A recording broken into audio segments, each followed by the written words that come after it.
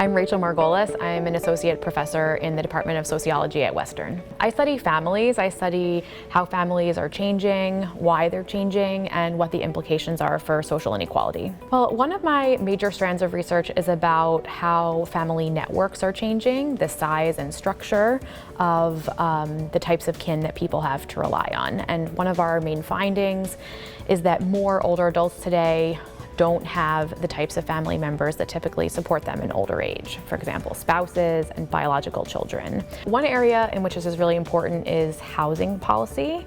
A lot of older people tend to live alone, and this tends to be a problem once people become disabled. There are new movements in Canada and throughout rich countries to organize co-housing for older adults. We can also think about other types of health supports for older adults.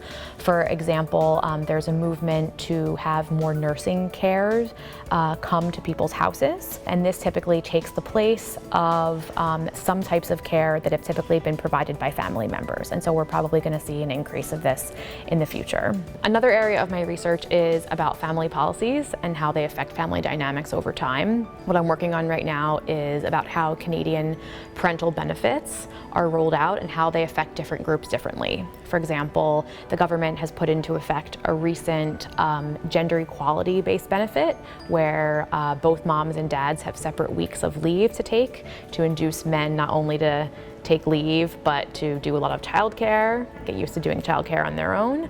And my research team's findings are that these kinds of policies make unions stronger, they decrease divorce rates, and they increase family income over time.